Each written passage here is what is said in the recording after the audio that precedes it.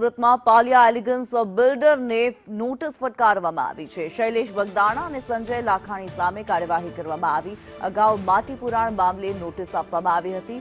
મનપા તંત્રએ વધુ એક નોટિસ આપી સંતોષ માન્યો છે। શૈલેષ બગદાણા અને સંજય લાખાણી બિલ્ડર છે।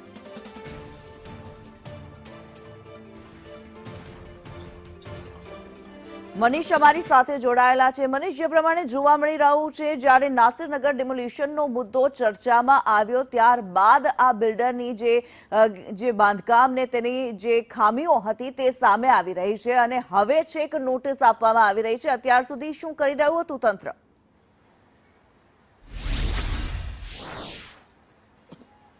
જી કિન્નરી, તમને હું બિલકુલ બતાવવા માંગીશ કે જ્યારે આ નાસીનગરનું ડિમોલેશન થયું હતું તેના 2 દિવસ બાદ નોટિસ ફટકારવામાં આવી હતી, પરંતુ એ નોટિસ ટેકનિકલ નામની ફટકારવામાં આવી હતી અને નોટિસની અંદર મહાનગરપાલિકા તરફથી એવું દર્શાવવામાં આવ્યું હતું કે બાજુમાં જે બિલ્ડિંગ બની રહી છે તેના ખાડા ખોદાયા છે અને વરસાદની સિઝન આવી રહી છે।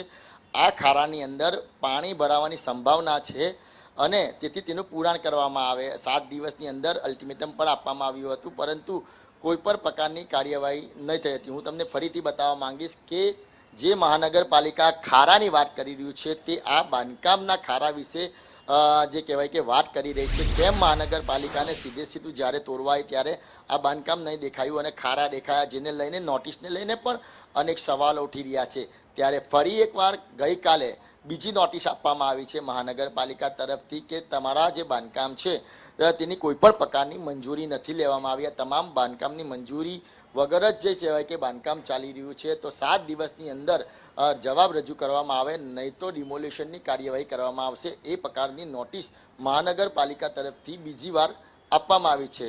સામાન્ય રીતે આ પ્રકારનું જો કોઈ પણ બાંધકામ કરે અને તો મહાનગરપાલિકા તેને નોટિસ ફટકારતી હોય છે અને ત્યારબાદ થોડા દિવસની અંદર જ કાર્યવાહી કરતી હોય છે। કાર્યવાહી પણ એવી કે તેનું બાંધકામ તોડી નાખવામાં આવે। આવા અનેક કિસ્સાઓ સામે આવ્યા છે, પરંતુ અહીં પહેલી નોટિસ આપવામાં આવી હતી જ્યારે આ ડિમોલેશન થયું તેના 2 દિવસ બાદ તેની અંદર ખાડા પુરાણની વાત કરવામાં આવી હતી અને હવે નોટિસ આપવામાં આવી છે કે આ બાંધકામ છે તેની કોઈ પણ પ્રકારની મંજૂરી લેવામાં નથી આવી।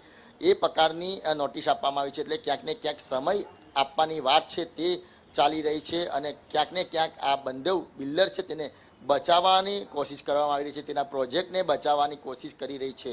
એટલે જે રીતના નાસીનગર ડિમોલિશનની અંદર જે વિવાદ સર્જાયો હતો અને એની અંદર આ બિલ્ડિંગની અંદર જે કહેવાય કે કોઈ પણ પ્રકારની મંજૂરી નહીં હોવાના જે કહેવાય કે સમાચાર છે તે સામે આવ્યા છે અને સાથે જ મહાનગરપાલિકા તરફથી હવે નોટિસ ફટકારવામાં આવી છે। ત્યારે જોવું રહ્યું કે મહાનગરપાલિકા શું કડક કાર્યવાહી કરે છે। જી ધન્યવાદ મનીષ આ માહિતી માટે।